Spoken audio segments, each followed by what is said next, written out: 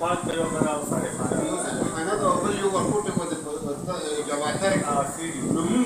د دې سړي په کې دې څو کې دې باندې سراوندینګ ایریا خاص کر د جلدو محل ولې ځان استعمال نو دا کوم موږ ولې کې دا کو چې موږ صرف د هیلث فیسیلیټي ورکو په دې کې دا یو امپروومنت نیو وختو لګا چې کوم د فیلډ ټیمو هغه زموږ په هغه اختیار کې نو د ریمینینګ سیور ورک کم دي هغه ډاکټر صاحب هم وایي تاسو په مخ کې چې موږ کړی دی کوشش موږ کړی دی په انسان اوس د یو بل کوېشن سر وایي چې او پی ډي د دې سره لږه امپروو شوی دی چې پیشنټ راشي هغې ته ماحول چې کوم دی که نه خامخا هاسپټل یو خپل ماحول وي که نه صفایي چې بلډینګ ته یو امپریشن وي که نه مریض راشي چې هغه دغه مو ګوري هغه ته خپل دا مطمئن شي چې دلته زما علاج کوم چې تاسو ته ماش ګوري د هغې حالات د نو مریض وایي مطلب دلته حالات ښه نه دي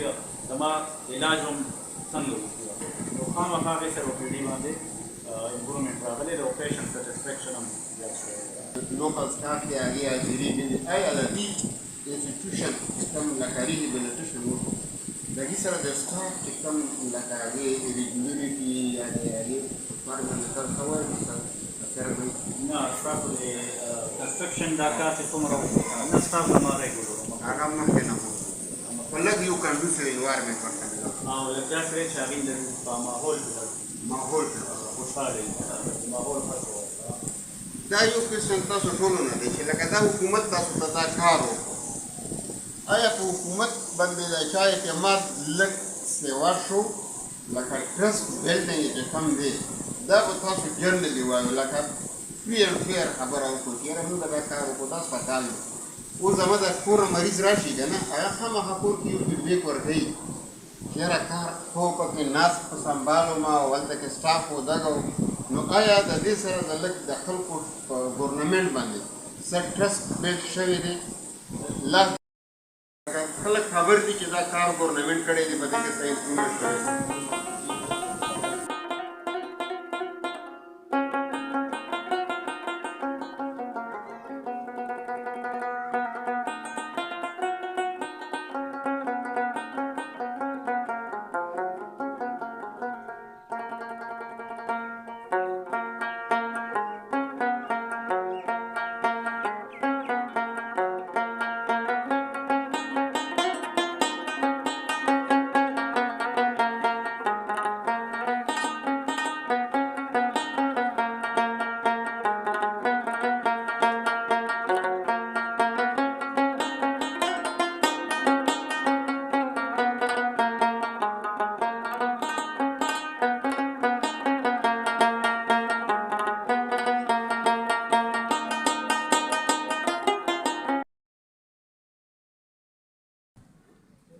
دا جی سرکل جلوزی نمبر 2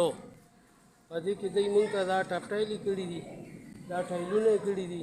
دا رنګونه کړي دي دې نه دا زوړ چې کوم دی هغه ټول میټاو کړی دی او دوباره دا کړي دي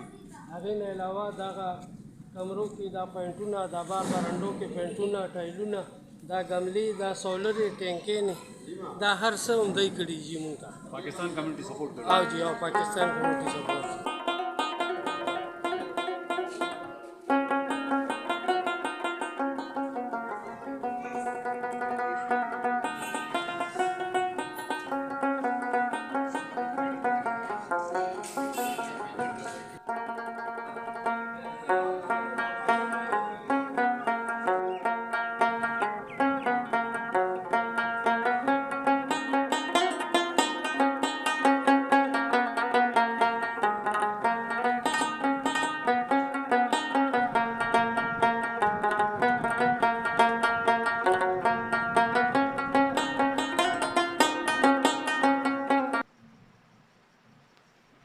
ضرورت ځکه چې